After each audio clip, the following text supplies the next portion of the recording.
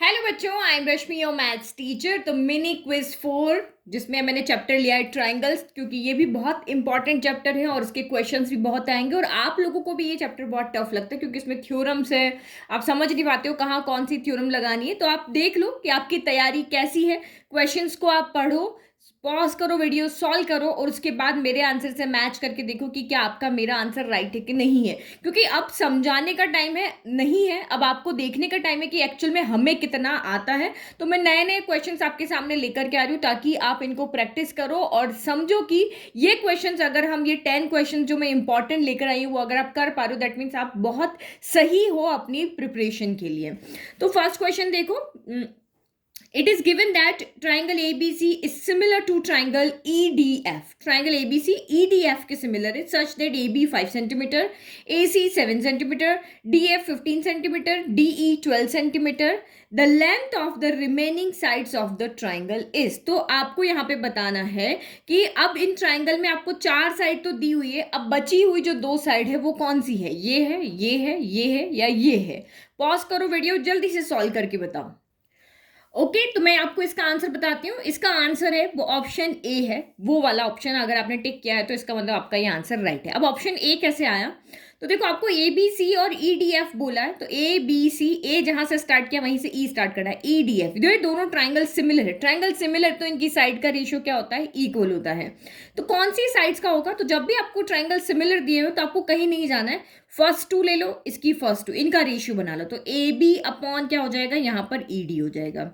फिर last to तो B C upon आपका क्या हो जाएगा? डी एफ हो जाएगा। और फर्स्ट एंड लास्ट ले लो, फर्स्ट एंड लास्ट ले लो, तो ए सी अपॉन क्या हो जाएगा? ई एफ हो जाएगा। बना लिया। अब आपने यहाँ पे जो वैल्यू दी हुई है पुट कर लो। ए बी आपको 5 दिया हुआ है, ई डी आपको यहाँ पर 12 दिया हुआ है, बी सी हमें यहाँ पर नहीं पता है, डी एफ आपका यहाँ पर 15 दिया हुआ है, AC आपको 7 दिया हुआ है और EF आपको यहाँ पर नहीं पता है। तो बस इन दोनों को सॉल्व करोगे तो जिसमें दोनों वैल्यू गिवन है उनको पेयरिंग करके इन दोनों को सॉल्व करोगे तो BC आ जाएगा, इन दोनों को सॉल्व करोगे तो आपका EF आ जाएगा और ये आंसर आपका आ जाएगा।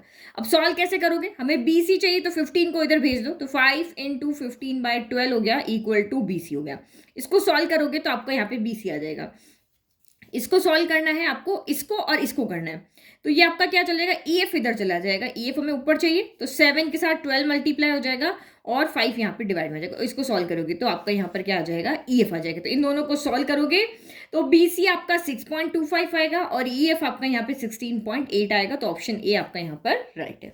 नाउ नेक्स्ट क्वेश्चन पे चलते हैं। फर्स्ट बहुत से बच्चों का राइट है, मुझे पता है बहुत अच्छी से प्रिपरेशन आपकी चल रही है। नाउ क्वेश्चन 2 देख करके बताओ कि ये इसमें आपका आंसर कौन सा राइट है। तो in the given figure if A B parallel C D है, ये जो साइड है ए बी, ये A B side it C D side के क्या है? यहाँ पर पैरेलल है। तो जब ये पैरेलल आता है तो वर्टिकल अपोजिट एंगल्स इक्वल होते हैं, ऑल्टरनेट एंगल्स इक्वल होते हैं, ध्यान रखना है। And A C and P Q intersect at point O. Point O पे ये दोनों यहाँ पे क्या करिए? ए सी और पी क्यू इंटरसेक्ट करिए। Then the value of O A dot C Q, तो then the value of O A dot C Q, तो ओ ए कौन है आपका? ये रहा, ये ओ है, और सी क्यू कौन है आपका? यहाँ पर ये रहा, ओ ए डॉट सी क्यू का है ना। तो ये ओ ए हो गया, ये सी क्यू हो गया। इन दोनों का प्रोडक्ट जो होगा वो इन चारों में से किसके इक्वल होगा, ये हमें यहाँ पर फाइंड करके बताना है। तो जल्दी से आप सॉल्व करो। देखो, ज्यादा दो हर क्वेश्चन को सॉल्व करने में 2 मिनट से ज्यादा नहीं लगना चाहिए। 2 मिनट से ज्यादा लग रहा है मतलब कि आपकी प्रैक्टिस अभी उतनी अच्छी नहीं है, आपको टाइम मैनेजमेंट की प्रैक्टिस करनी पड़ेगी। एक क्वेश्चन में मैक्स टू मैक्स आपको यहाँ पर 2 मिनट लगने चाहिए, उससे ज्यादा टाइम नहीं लगना चाहिए। तो जल्दी से बताओ आपका यहाँ पर कौन सा आंसर राइट है। तो 1 2 3 4 5, तो ऑप्शन सी आपका यहाँ पर करेक्ट है। अब कैसे आया? तो देखो, ये साइड्स के रेशियो जब हम यहाँ पे लिखते हैं, जैसे इस क्वेश्चन में लिखे थे यहाँ पर, तो इनको जब क्रॉस मल्टीप्लाई कर ले तो इस तरह से हो जाते हैं, A B into D F equal to क्या हो जाएगा? BC इंटू ईडी हो जाएगा। तो ये BC इंटू क्या हो जाएगा? ये डॉट लगा लो, ईडी हो जाएगा। तो जब हमें ये पूछा है तो ये किसके इक्वल आ रहा है? इसके इक्वल आ रहा है। मतलब हम साइड के रेशियो अगर हम निकाल के लाते तो उसको हम ऐसे लिख सकते हैं। तो यहाँ पर भी यही होगा कि आपको यहाँ पर साइड्स के रेशियो निकाल के लेकर के आए तो हम यहाँ पे मल्टीप्लाई करके, क्रॉस मल्टीप्लाई करके और इनको इस तरह से यहाँ पे क्या करेंगे? लिख लेंगे। तो अब आप यहाँ पे देखो, कौन से ट्राइंगल्स लेंगे। फर्स्ट क्वेश्चन हमारे माइंड में क्या आएगा कि हम कौन से ट्राइंगल्स लें यहाँ पर। तो जिन साइड को आपको यहाँ पे दिया हुआ है कि ये इनका प्रोडक्ट किसके इक्वल होगा, तो उस साइड से बनने वाले ट्राइंगल कौन से, एक तो आपका ये वाला ट्राइंगल है, दूसरा आपका ये वाला ट्राइंगल है।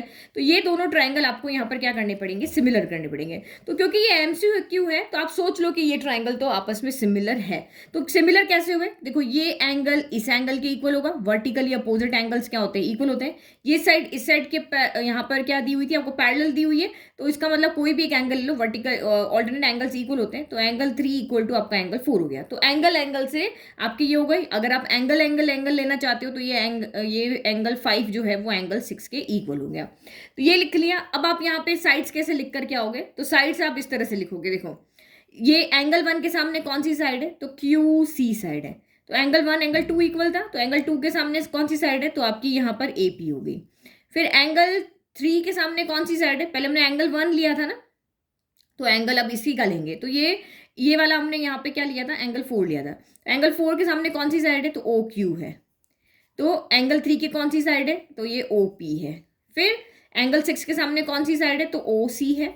और एंगल 5 की कौन सी साइड है, तो ए ओ है। तो बस अब आप यहाँ देखो ओ ए इंटू सी क्यू चाहिए। तो ओ ए आपका यहाँ पर ये रहा, ठीक है। तो ये हमें चाहिए ना ओ ए इंटू सी क्यू। तो देखो ओ ए ये रहा, सी क्यू ये रहा। तो इसका मतलब ये हमें नहीं चाहिए, इन दोनों का क्रॉस मल्टी, इन दोनों का क्रॉस मल्टीप्लाई है। तो ये आ रहा है ओ ए इंटू सी क्यू आ रहा है, या क्यू सी कह दो। तो ये किसकी इक्वल होगा, ओ सी इंटू ए पी के। तो ये ओ सी इंटू किसके इक्वल होगा, ए पी के इक्वल होगा। तो इसका मतलब आपका ऑप्शन सी यहाँ पर क्या है, राइट है। और यहाँ पे आप शॉर्ट तरीके से भी इसको देख सकते हो। ये साइड है तो इसका इस साइड के साथ रिलेशन होगा, और ये साइड का इस साइड के साथ रिलेशन होगा। तो वैसे भी आप यहाँ पे इसको सॉल्व कर सकते हो। डन। तो राइट है सबका आंसर यहाँ पर। नाउ क्वेश्चन नंबर 3 देखो। ये क्वेश्चन अगर आपको, क्योंकि इसकी कोई थ्योरम आपको यहाँ पे दी हुई नहीं है। अगर आप यहाँ पे ट्राइंगल चैप्टर पढ़ोगे तो बुक के अंदर कोई थ्योरम नहीं, लेकिन हम आर डी शर्मा में से और क्वेश्चंस करते तो वहां पर हमने जब क्वेश्चंस किए तो उन्हीं को एज अ स्टेटमेंट लेकर के हम यहाँ पे करेंगे। तो A B C is similar to triangle D E F. दो ट्राइंगल आपको सिमिलर दिए हुए हैं।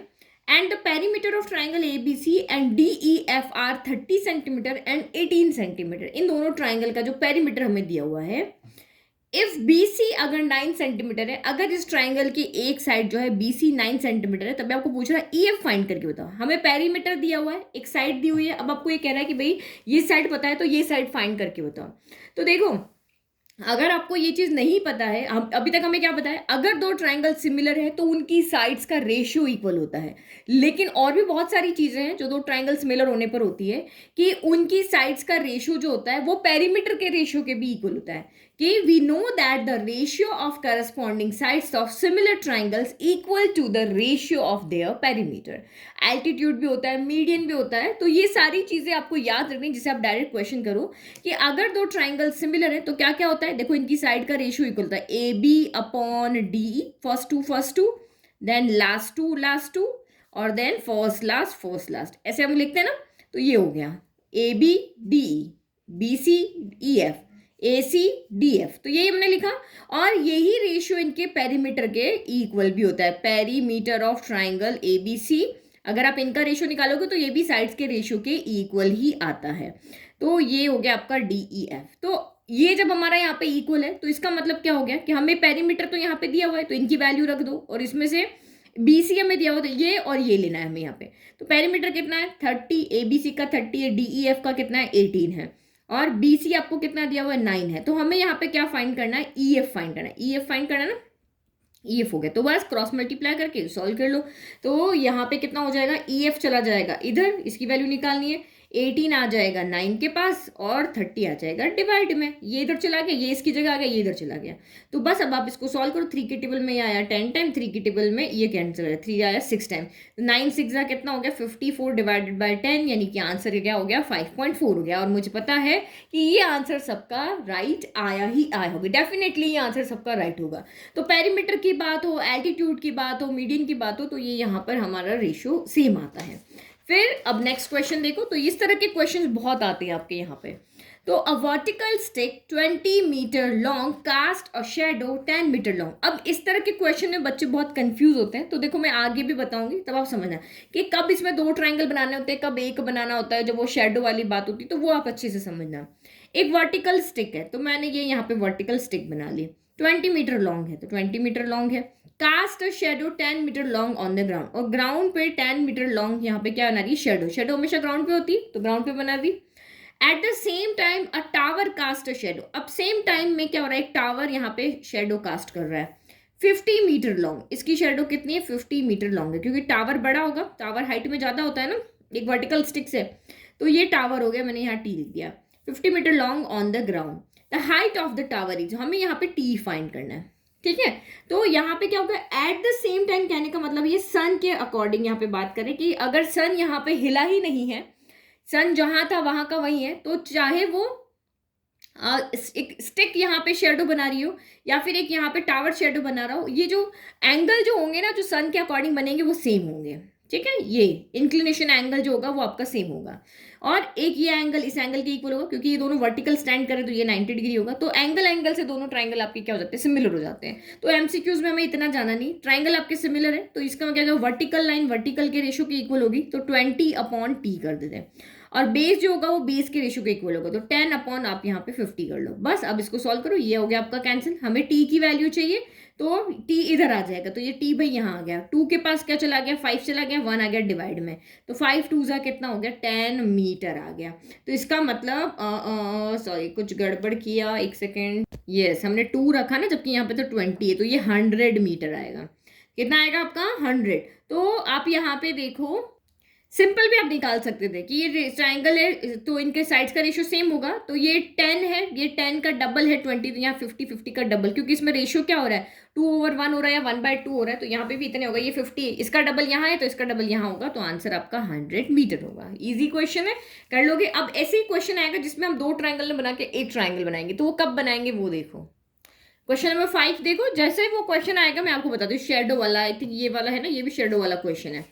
अब इसने क्या कहा, L and M are the mid points of AB and BC respectively of triangle ABC। तो भाई एक ट्राइंगल बना लेते हैं, जैसा इसने बोला वैसा कर लेते हैं।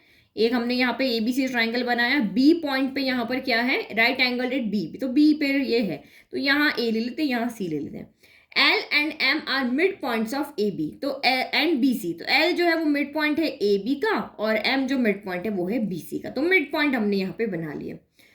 राइट एंगल बी, 4LC² कितना होगा। अब इसने LC² बोला है, तो L और C को हम यहाँ पे क्या करते हैं, ज्वाइन कर देते हैं, तो LC² अपने से बोला। अब यहाँ पे आंसर को भी एक बार देख लो, इसमें सारी साइड्स कौन सी है, ABBC, ट्राइंगल ABC की साइड है, BCAB ये भी ट्राइंगल ABC की साइड है, ACAB तो ये भी ट्राइंगल ABC की यहाँ पर साइड है। तो एक्चुअल में हमें LC का जो सोल्यूशन है वो AB और BC की फॉर्म में लाना है। तो आप यहाँ पे क्या देख रहे हो, LC से बनने वाला, क्योंकि इसने राइट एंगल ट्राइंगल का, तो ये 90 डिग्री है, तो ये वाला जो आपका ट्राइंगल हो गया, ये आपका यहाँ पर क्या हो गया, एक राइट एंगल ट्राइंगल हो गया। तो राइट एंगल ट्राइंगल में हम यहाँ पे क्या लगा सकते हैं, पाइथागोरस थ्योरम लगा सकते हैं। तो लगाओ, पाइथागोरस थ्योरम क्या होता है, हाइपोटेनस का स्क्वायर, ये हाइपोटेनस है, LC² equal to base square, यानी कि BC² प्लस क्या हो जाएगा, LB² हो गया, ये हो गया। तो हमें LC² BC तो मिल गया, बट अब हमें LB नहीं चाहिए। देखो LB यहाँ कहाँ पर भी नहीं है, इसने कहा कि L जो है वो AB का मिड पॉइंट है, तो LB जो होगा वो कितना होगा, यहाँ पे देखो ये LB है, LB को अगर मैं 2 टाइम कर देती हूँ तो वो AB के इक्वल होगा। देखो 2 टाइम्स ऑफ LB जो होगा वो AB के इक्वल होगा। अगर ये पूरा यहाँ पे 4 सेंटीमीटर है तो ये 2 हुआ, 2 का दुगुना करोगे, ये 2 है ना, LB 2 है, तो 2 का दुगुना करोगे तभी तो वो AB के इक्वल होगा। तो इसका मतलब LB कितना हो गया, AB का आधा हो गया। भाई तुम दुगुने हो तो मेरा आधा तुम्हारे इक्वल होगा, तुम्हारा दुगुना मेरे इक्वल है तो मेरा आधा तुम्हारे इक्वल होगा, वही बात हो गई। तो बस यहाँ पे वैल्यू रख दो, LC² equal to BC² plus LB² चाहिए, तो ये कितना हो जाएगा, AB² भाई कितना हो जाएगा, 4 हो जाएगा। तो इधर LCM दे दो भाई, 4 इसके पास भी जाएगा, इसके पास भी जाएगा, तो ये क्या हो जाएगा, 4LC² equal to 4BC² plus क्या हो जाएगा, AB² हो जाएगा। तो देख लो आपका कौन सा आंसर राइट है, 4LC² AB² अकेला होना चाहिए, तो AB² हमारा यहाँ पे ये रहा अकेला, यहीं पे AB² अकेला है ना, यहाँ तो है नहीं, यहाँ है नहीं, और ये 4BC² का 4 टाइम होना चाहिए, नहीं ऑप्शन ए आपका यहाँ पर राइट है। इजी था ना क्वेश्चन, समझाने में टाइम लगता है भाई, आप करोगे जो तो आपको 2 मिनट ही लगाने, मैं चाहे कितना भी टाइम ले लूँ लेकिन आपको 2 मिनट में सॉल्व करना है। तो यही चेक कर रहे हैं हम यहाँ पे आपकी तैयारी कैसी है। आप एग्जाम, आपका 4 दिसंबर को मैथ्स का पेपर है, तो आप उसके लिए कितने रेडी हैं और आपको कितने पानी में हो, कितने प्रैक्टिस और करनी है। फिर नेक्स्ट क्वेश्चन आप यहाँ पे देखो, areas of two similar triangles are 36 centimeter and 100 centimeter square. If the length of a side of a larger triangle is 20 centimeter, larger triangle 20 centimeter, then what is the length of the corresponding side of the smaller triangle? तो ये आपको कह रहा है कि भाई दो triangle है, एक लार्जर ट्राइंगल, अगर लार्जर साइड है तो ऑब्वियसली उसका एरिया भी ज्यादा होगा, तो ये यहाँ पे लार्जर वाला होगा, ये यहाँ पे स्मॉलर वाला होगा। जो छोटा एरिया हो, छोटा ट्राइंगल होगा तो एरिया भी छोटा होगा, बड़ा ट्राइंगल होगा तो एरिया भी बड़ा होगा। तो लार्जर अपॉन स्मॉलर रख लेते हैं हम, लार्जर की सारी वैल्यू ऊपर होंगी, लार्जर अपॉन स्मॉलर। तो एरिया हमें गिवन है, area of larger divided by area of smaller जो होता है क्या होता है, लार्जर वाला है तो लार्जर अपॉन स्मॉलर के रेशियो के स्क्वायर के इक्वल होता है। हमें पता है ना कि दो ट्राइंगल अगर सिमिलर है तो उनकी एरिया का रेशियो उनके साइड के रेशियो के स्क्वायर के इक्वल होता है। तो रैंडम ये नहीं कि लार्जर वाले के साथ में स्मॉलर की साइड रख रही हो, ऐसे नहीं रखना। ये आप रेशियो रखते टाइम बहुत ध्यान रखना, जहां पे 2 सेकंड 5 सेकंड देना है वहां जरूर देना। तो ये हमने लिख दिया। तो एरिया ऑफ लार्जर कितना होगा, लार्जर का एरिया 100 होगा, 36 होगा, 100 ही होगा ऑब्वियस है, तो 100 हो गया, स्मॉलर का 36 हो गया। अब ये साइड इसने लार्जर की दी है तो ये 20 हो गई, और स्मॉलर की हमें पता ही नहीं, ये हमें कैलकुलेट करनी है। तो x हमें चाहिए, तो x चला गया उधर, इधर 20 है, ये 20 के पास कौन चला गया, 36 आ गया, और 100 आ गया नीचे। तो ये 0 से एक 0 कैंसिल कर दे, 36 इंटू 2 कितना हो गया आपका यहाँ पर, तो ये अच्छा ये गड़बड़ कर दिया ना, तो साइड के स्क्वायर के इक्वल होता है ना, तो स्क्वायर आएगा यहाँ पर, तो ये एक्स स्क्वायर होगा, और ये यहाँ पे क्या हो जाएगा 400 हो जाएगा। तो ये 2 0 से 2 0 कैंसिल हो जाएंगे। तो एक्स स्क्वायर, तो हम इधर स्क्वायर की फॉर्म लिख दें, 4 क्या होता है 2 का स्क्वायर होता है, 36 क्या होता है 6 का स्क्वायर होता है। तो एक्स स्क्वायर इक्वल टू क्या हो जाएगा 6 इंटू 2 12 का स्क्वायर हो गया, स्क्वायर से स्क्वायर कैंसिल हो गया। तो x इक्वल टू, क्योंकि साइड है तो पॉजिटिव ही आएगी, अदरवाइज प्लस माइनस आता, तो x इक्वल टू आपका यहाँ पर 12 हो गया। तो देखो जैसे मैंने गलती की ना वैसे आप मत करना, क्योंकि एमसीक्यू तो हमें पता चला था यार हमारा आंसर नहीं आ रहा है, इसका मतलब हमने ही कुछ गड़बड़ किया है। तो मैंने यहाँ देख लिया कि मैंने यहाँ पे स्क्वायर नहीं लगाया, तो स्क्वायर लगा करके मैंने यहाँ पे सॉल्व कर दिया, तो हमारा आंसर यहाँ पे 12 आ गया। और ये बहुत ईजी क्वेश्चन था, मुझे पता है आप सबका भी ये आंसर यहाँ पे राइट आया होगा, क्योंकि इस क्वेश्चन को थोड़ा सा ट्विस्ट कर दिया गया है, सीधे से नहीं पूछा है, इसमें लार्जर स्मॉलर कर दिया ताकि आप रेशियो पुट करने में गड़बड़ कर दो। तो इसीलिए इसी तरह के क्वेश्चन मैं आपको प्रैक्टिस करा रही हूँ कि आप वहां पे गलती ना करो। नाउ नेक्स्ट क्वेश्चन आप यहाँ पे देखो, अब यहाँ पे देखो वहां पे टावर, और हमारे पास क्या था, एक टावर था और एक वर्टिकल स्टिक थी। अब यहाँ पे क्या दिया हुआ उसके अकॉर्डिंग हम देखेंगे। A street light bulb is fixed on a pole 6 meter above the level of the street. तो उसने कहा कि एक स्ट्रीट लाइट बल्ब है ऑन अ पोल जो कि ग्राउंड से 6 मीटर अबोव है। तो यहाँ पे एक बल्ब लगा हुआ है, ठीक है, तो स्ट्रीट लाइट हो गई, स्ट्रीट लाइट है, यहाँ पे बल्ब लगा हुआ है, ग्राउंड से 6 मीटर हाइट पे लगा हुआ है। If a woman of height 1.5 metre cast shadow of 3 metre, अब एक वुमन है, अब यहाँ पे आपको ये नहीं करना है कि इसका ट्राइंगल अलग बनाओगे वुमन का अलग बनाओगे, नहीं, ये स्ट्रीट लाइट है, इसने कहीं पे शेडो नहीं बना रखी। अब इसके आसपास कहीं पे एक वुमन खड़ी हुई, तो ये ग्राउंड है, लेट की वो वुमन यहाँ पे खड़ी हुई है, और ये इसकी हाइट कितनी है 1.5 मीटर है, और ये जो है वो ग्राउंड पे शेडो बना रही है 3 मीटर का, तो शेडो ऑब्वियसली यही बनेगा, ये 3 मीटर का उसने शेडो बना लिया। Then what is then how far she is away from the base of the pole, तो हमें एक्चुअल में ये फाइंड करना है। तो देखो इसको मैं यहाँ से पूरा ज्वाइन कर लेती हूँ, तो ये फिगर का डिफरेंस है, याद रखना अभी हमें, ए हो गया, बी हो गया, सी हो गया, देन आपका यहाँ पर सी हो गया, इसको डी कर देते हैं, इसको ई कर देते हैं। तो हमें बी सी फाइंड करना है, तो वही आपका ट्राइंगल, इसमें सिमिलर करेंगे दो ट्राइंगल, एक आपका ए बी डी हो जाएगा, ट्राइंगल ए बी डी हो जाएगा, और दूसरा ट्राइंगल आपका ई सी डी हो जाएगा। तो ये ट्राइंगल आपका यहाँ पर क्या हो गया ई सी डी हो गया। इन दोनों को सिमिलर करना है, ऑब्वियस है, ये पोल यहाँ पे जो आपका लाइट है वो फिक्स है, तो इसका यहाँ पे ये जो एंगल बनेगा वैसे भी कॉमन है, अगर इन दोनों ट्राइंगल को देखो तो ये एंगल यहाँ पे क्या है कॉमन है, ये 90 है, ये 90 है, तो एंगल से दोनों ट्राइंगल आपके क्या हो गए सिमिलर हो गए। अब सिमिलर हो गए तो साइड्स के रेशियो इक्वल होंगे, ये अब आप ध्यान से लिखना। तो यहाँ पे देखो इसका कोई रोल नहीं है, एडी साइड का कोई रोल नहीं है, क्योंकि ना तो इसकी कोई वैल्यू गिवन है, तो जो हमें दो चाहिए वही लिखते हैं। तो एंगल डी के सामने बड़े वाले की कौन सी है, तो 6 आ रही है, एंगल डी के सामने छोटे वाले की कौन सी है, तो 1.5 आ रही है। अब बेस वाले को ले लेते हैं, तो यहाँ पे बड़ी वाली यानी कि बी डी अपॉन यहाँ पर क्या हो जाएगा आपका सी डी यानी कि 3 हो जाएगा। सिंपल समझ में आ गया। देखो दिस डिवाइड बाय दिस हो गया और दिस डिवाइड बाय दिस हो गया, क्योंकि हमें ये तो वैल्यू नहीं गिवन है तो ये हम नहीं ले रहे हैं, आप एंगल से भी ले सकते हो।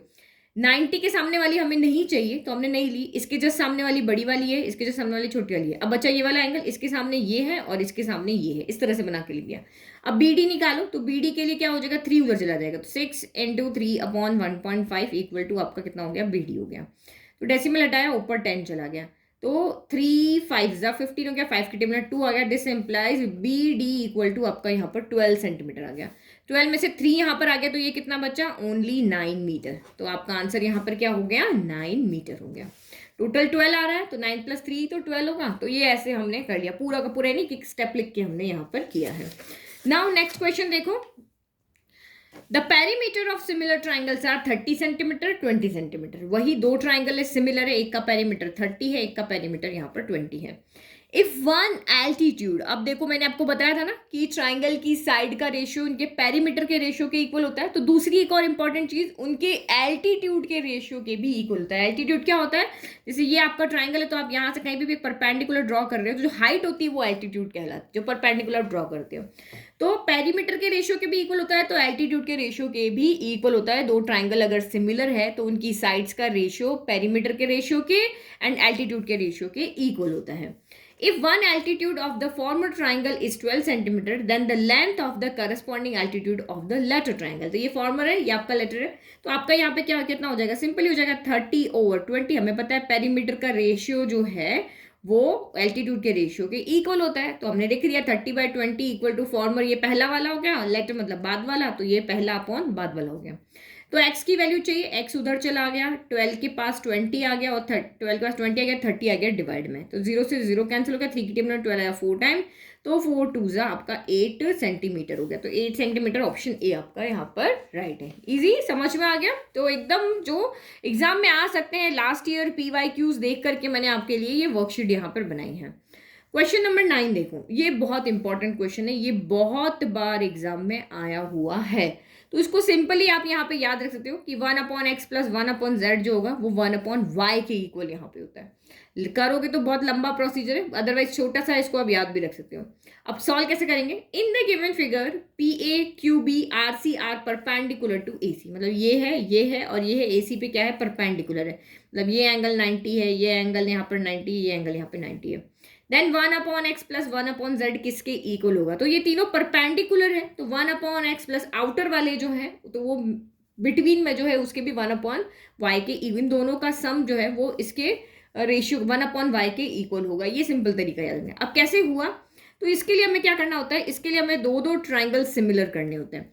तो फर्स्ट हम यहाँ से लेते हैं ये वाला ट्राइंगल, ये बिल्कुल वैसे ही था जैसे अभी हमने स्ट्रीट लाइट वाला क्वेश्चन किया था ना, ये वाला इस तरह से, ये वाला ये इसी तरह से फिगर बनेगा, यहाँ है ना, यहाँ पे ऐसे ही तो फिगर है।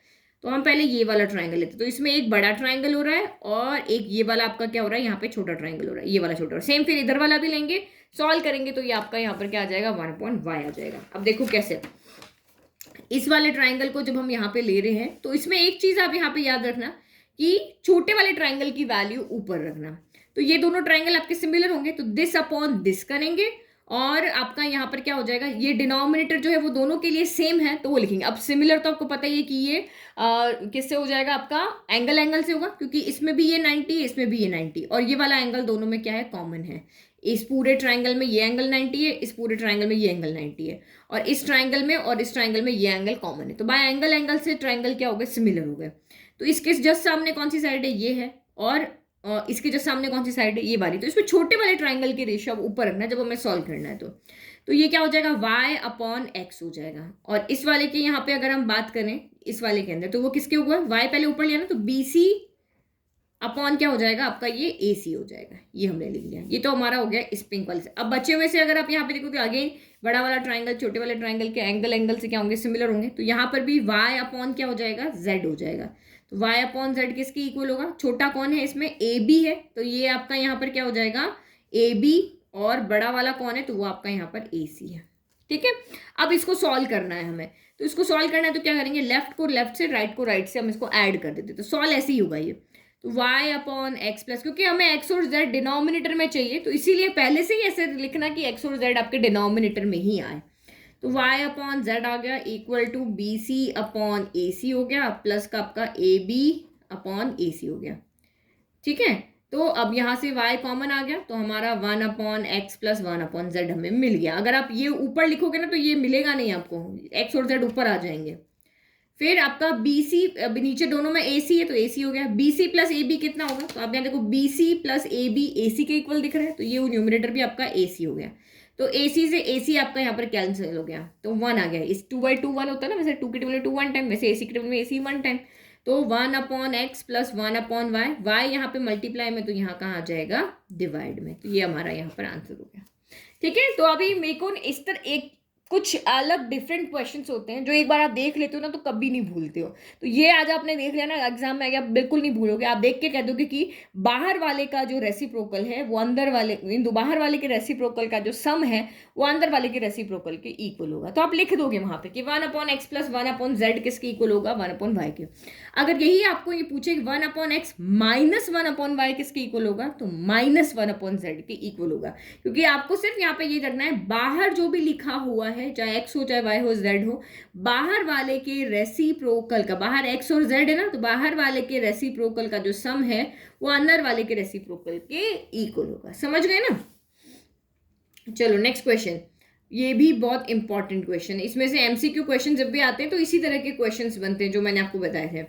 A 5 meter long ladder is placed leaning towards a vertical wall। तो देखो एक 5 मीटर लॉन्ग लैडर है, प्लेस्ड झुकी हुई है, इस तरह झुका करके रखी हुई है, टूवर्ड्स अ वर्टिकल वॉल। तो देखो ये एक वर्टिकल वॉल है, ये मैंने यहाँ पे वर्टिकल वॉल बना ली, और ये यहाँ पे एक क्या रखी हुई है, 5 मीटर की लैडर रखी हुई है, इस तरह से झुका के रखी हुई है, ये 5 मीटर की।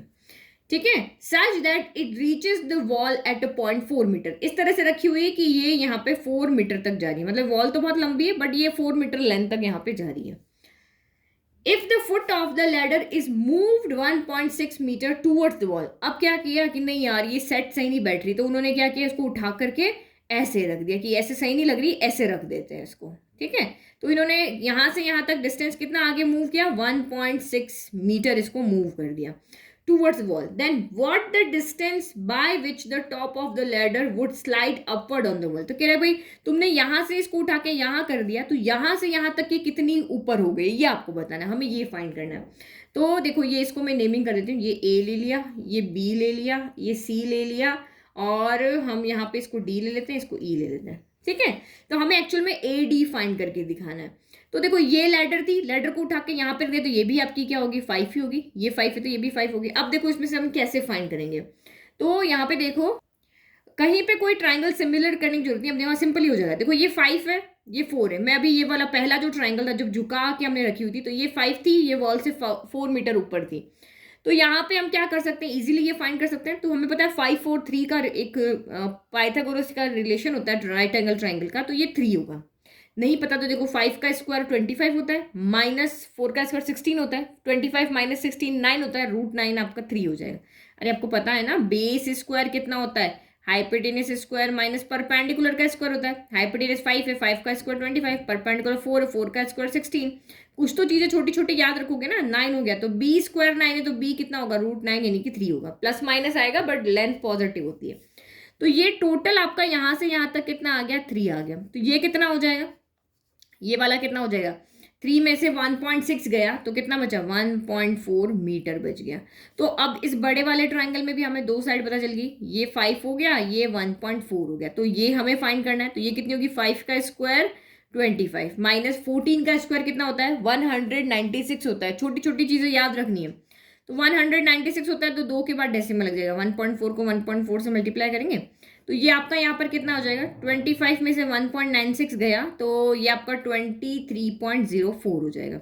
अब देखो इसको रूट से निकाल के इतना सॉल्व करने की जरूरत नहीं, हमें तो अपने ऑब्जेक्टिव में देखना कौन सा आंसर यहाँ पर राइट है, हमें ये फाइंड करना है ना।